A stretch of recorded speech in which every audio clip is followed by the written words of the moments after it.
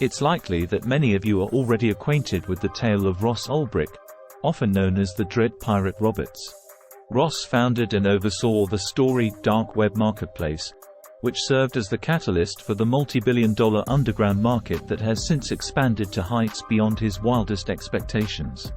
The tale of Variety Jones, the forgotten mastermind who traveled virtually non-stop with Dread Pirate Roberts, is something that many people are not familiar with. A man who not only assisted with nearly every facet of the daily operations, but also persuaded Ross to order the cold-blooded murder of individuals. This is the tale of the forgotten mastermind of the Silk Road. To understand the story of Variety Jones, you need a basic background of the Silk Road marketplace, which is one of the most fascinating and deep wells of stories available online. Unlike most websites you visit, the Silk Road was located on what is now known as the Dark Web. The Dark Web is actually much easier to understand than it seems. It's just a different way to browse the internet. The US Navy unveiled a program in 2002 called Tor, which stands for Onion Router.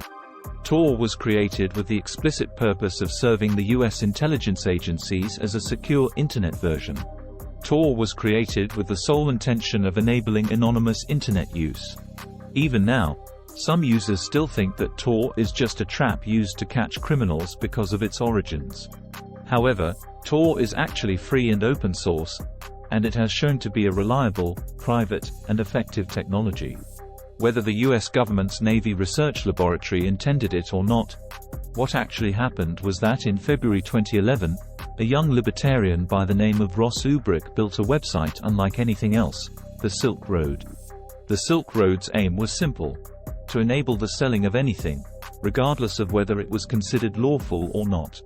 Now that you have an anonymous website and browser, all you need is an anonymous method of making purchases.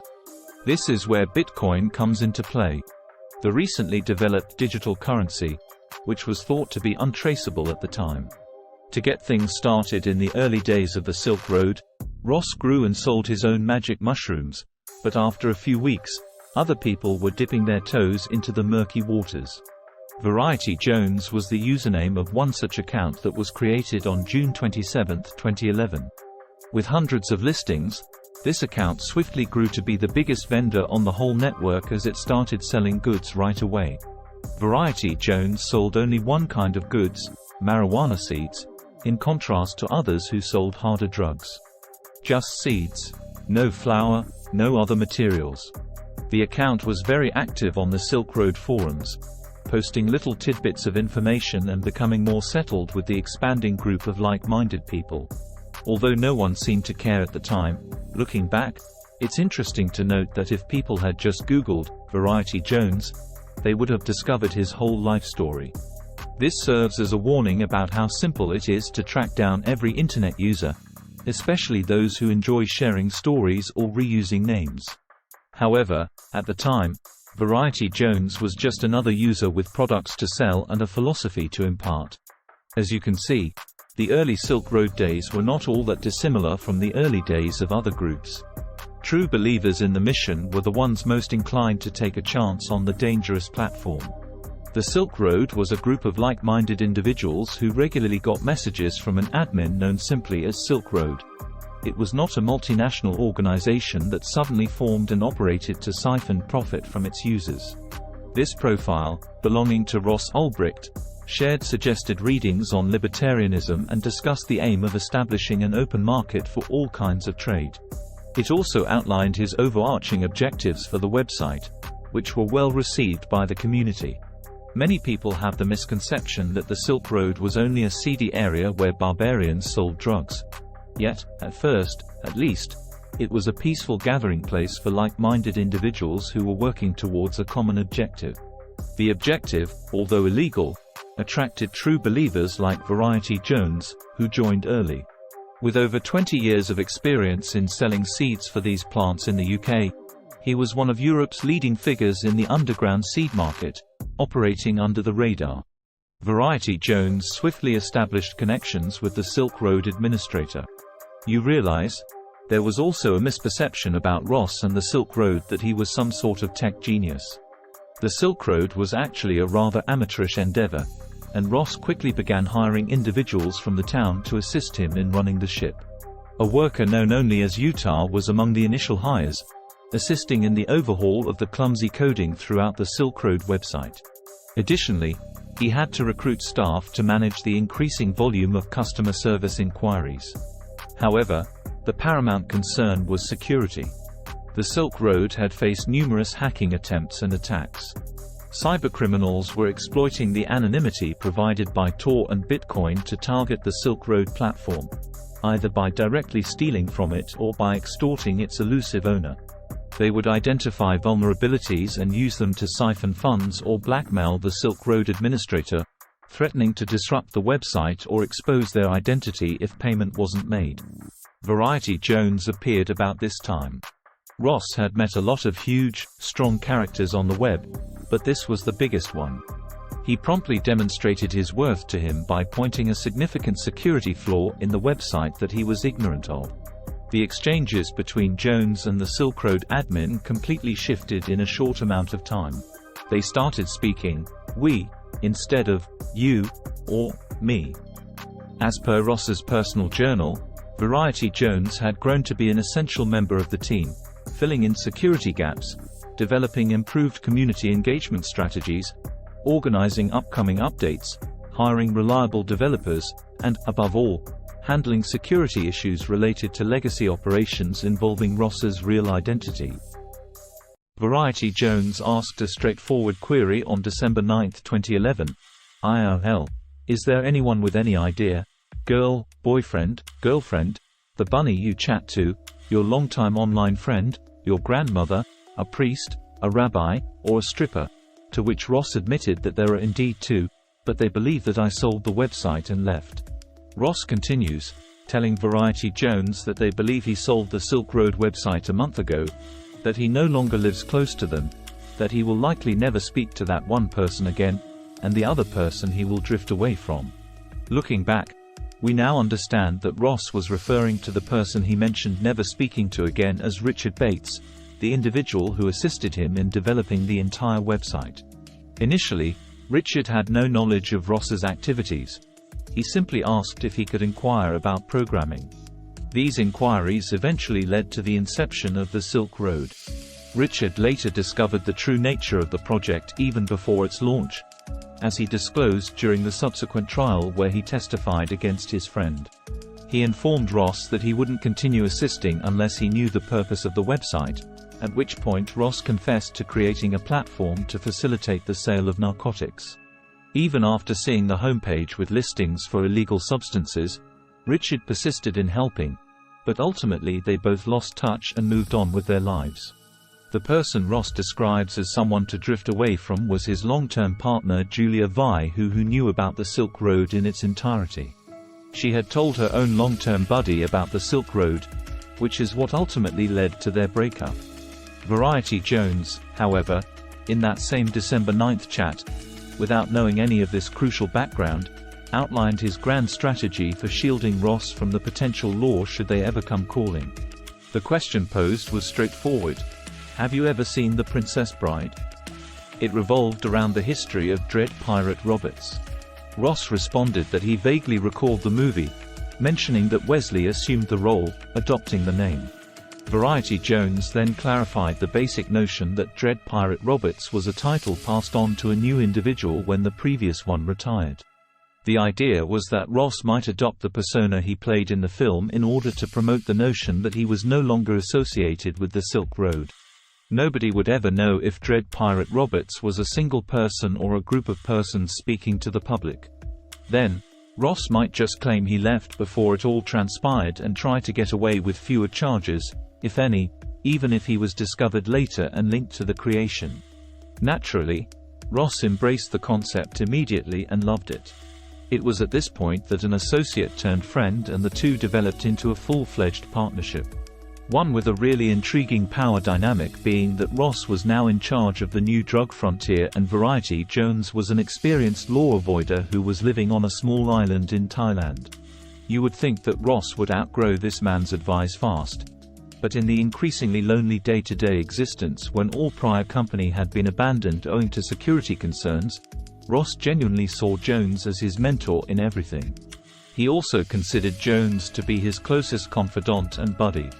Small talk, philosophy, life worries or ambitions, plans for the Silk Road's future, money, the growth of new users, promotions, turmoil in the community, and, most crucially, strategies to free Ross from jail should he ever be captured were all topics of conversation between the two. According to Ross's notebook, the two of them had made the decision to transform the Silk Road from an unofficial dark web marketplace into a reputable brand. The Silk Road Credit Union, Silk Road Market, Silk Road Chat, Silk Road Bitcoin Exchange, and Silk Road Everything were all part of their grander plans. It's interesting to note that these writings from Ross's personal journal, taken from his laptop during his first arrest, discuss information that would eventually link him to the entire conspiracy, of which he maintained he was never a part. Variety Jones's original theories that Ross was set up, that someone else was behind it, and that he had sold it and had since moved on were the foundation of Ross's ultimate legal defense. However, upon closer scrutiny, it quickly unravels. For example, in this entry, Ross mentions discussing the exchange with VJ before going surfing with Billy Beckett.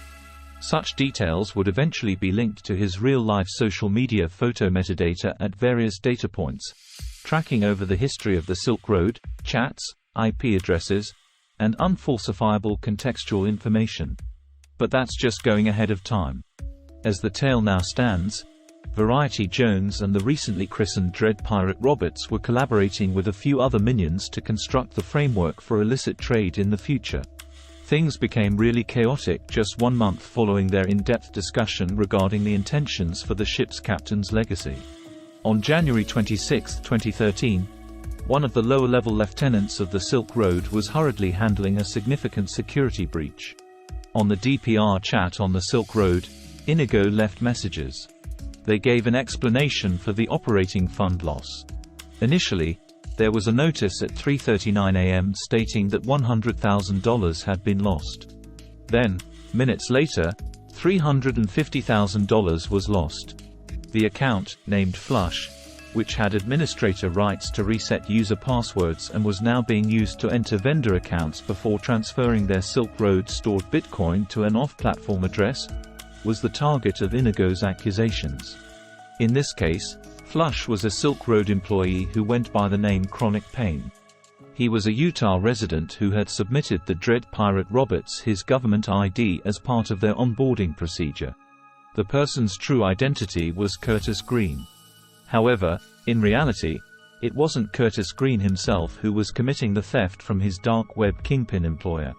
It was actually a corrupt member of the Silk Road Task Force, Sean Bridges, who was affiliated with the Secret Service. Sean took advantage of the opportunity to siphon the money while getting access to Curtis Green's laptop during a sting operation led by Call Force, another member of the Silk Road Task Force, and made it appear as though Curtis was the one doing it. You may discover a cinematic recounting of Curtis Green's voyage along the Silk Road on my next video. To cut a lengthy tale short for the purposes of this video, however, there were two distinct federal officers who were conspiring against the US government to divert funds from their investigation on the Silk Road in two very different methods. The task force was closing in on Dread Pirate Roberts using his online alias Nob, while Sean Bridges exploited his access to Curtis Green's laptop to directly siphon money from Silk Road accounts. At that point, no one on the Silk Road side was aware of this deception. They believed it was Curtis himself. This is why Dread Pirate Roberts promptly reached out to Nob. Nob, Special Agent Call Force's alias, posed as a cartel member in this scenario. Dread Pirate Roberts asked Nob if he could get some strength and go beat Curtis Green until he gave back the money. Nob of course agreed, but he made it obvious that he wanted to know if he preferred beating Curtis or killing him. Ross Ulbricht simply wanted the money back at this point, and he would only resort to violence if Curtis refused to cooperate. But there's been no talk of murder. To ensure that everyone understands, Ross Ulbricht, aka Dread Pirate Roberts, basically asked a federal agent Call Force to beat up his former employee Curtis Green in order to get him to refund payments. This was done through his alter persona Nob. Following a conversation with Nob, Variety Jones awakened, and Ross briefed him on the day's events. They exchanged messages regarding the matter, with VJ proposing to assign someone referred to as Irish to monitor Curtis. VJ cautioned DPR against taking any action until the situation had cooled down, as they had learned that Curtis Green had been apprehended for drug-related charges. This immediately spiraled out of control, but at 1:13 on January 27, VJ posed a crucial query: at what point in time did we decide we've had enough of someone's shit and terminate them? Does that come close, in your perspective, to posing as a vendor to deceive a mid-level drug lord utilizing our reputation and system, then robbing our suppliers and clients and sowing seeds of doubt and fear? Ross responds with the questions, terminate, and execute. Variety Jones answered the question in general terms, but he made it clear that he prefers Ross to use VJ's personal connections, a man who knows a guy who can get things done, instead of using Nob. Ross seems to be convinced during this conversation. In fact, if you take a moment to check through the entire chat log, you'll notice that he reacts quite warmly to the notion, even going so far as to remark that he's been considering it for the previous 24 hours. Naturally, this was a simple decision to make because he had his best buddy, mentor, and right-hand guy to support the information. And it's very evident that he has been considering having his former employee Curtis killed. Jones then straightforwardly presented the situation. You've had time to ponder. You're in charge now, and you must decide. Things could escalate quickly in the future. In response, Ross stated, I wouldn't hesitate to eliminate this individual. Variety Jones promised to handle it. After which they casually discuss their weekend. Variety Jones then assures Ross that he will sleep like a lamb even after having Curtis killed, adding that he would have reconsidered their collaboration if he hadn't given the order to have Curtis killed. They then devise a plan, basically figuring out how to deal with Curtis and determining whether Nob is a Fed or someone they can trust. Variety Jones mentioned setting up a squad to clean up Nob's crew in the event that they mess up the hit, sounding like something from a present-day film. If things go wrong, they'll then clear up his means to assist Nob's team and extract them. So in essence, there will be numerous teams on site to deal with Curtis. Once the details were confirmed, Ross reconnected with Nob to finalize the arrangements. The plan involved Nob sending individuals to intimidate Curtis using a message penned by Dread Pirates Roberts, instructing Curtis to transfer the stolen Bitcoin to a designated address. Nob explains that the plan is to torment Curtis, and Ross confirms this by responding, okay, The instructions are to beat him up. Following a brief exchange regarding Kurtz's arrest, Ross asks Nob a crucial question without any encouragement. Alright, could you switch the order to execution instead of torture? Nob inquires if that's truly what Ross desires, to which Ross affirms. It is indeed his decision. After reflecting on it, I've never taken a life or ordered one taken before, but in this situation, it's the right course of action, Ross explains. What will the price be? They revisited the discussion on January 29, 2013, 2 days later, setting the hit at $80,000. Nob inquires one last time, are you ready to proceed? Anticipating urgency, Ross responds simply, yes, let's proceed. And thus, he initiated the assassination of his former employee, Curtis Green. This, in itself, is a convoluted tale worth exploring further, which you can delve into on my channel. However, at this juncture, Variety Jones had influenced Ross to orchestrate a murder, and shortly thereafter, they discussed plans to eliminate 5 more individuals during the notorious blackmail scheme that eventually led to Ross enlisting the Hells Angels to roam Vancouver, targeting Silk Road adversaries and eliminating them. Variety Jones assisted him at every turn, orchestrating an elaborate deception that ultimately cost Red Pirate Roberts over $1 million. Subsequently, the narrative became more widely known. Delving into the intricate details would require hours of recounting how Ross had already compromised his online trail. Multiple law enforcement agencies closed in, uncovering his identity, trailing him to a public library, and seizing his open laptop, obtaining crucial evidence that sealed his fate. Despite being offered a plea deal for 10 years imprisonment, which he refused, Ross was ultimately sentenced to 2 life terms plus 40 years, ensuring he would spend the remainder of his life incarcerated in a federal prison. Conversely, Variety Jones managed to evade capture for a significant period. He was found hiding away on a tiny island in Thailand that was so remote he had no power in the evenings until his eventual arrest by Thai authorities. He endured a year of harsh conditions while awaiting extradition to face charges in the United States.